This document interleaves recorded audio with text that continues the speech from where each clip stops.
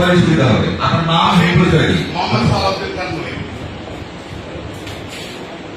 আজকে প্রথমে সাধুবাদ জানাচ্ছি প্রশাসনকে, আজকে সমাজে মহাসড়ক সাভারের উপর দিয়ে অন্যান্য জেলার যারা এই পথ ব্যবহার করবেন তাদের কল্যাণ সেবায় স্পষ্ট করা হয়েছে।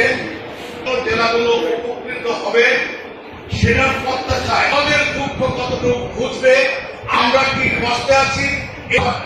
আজকে এই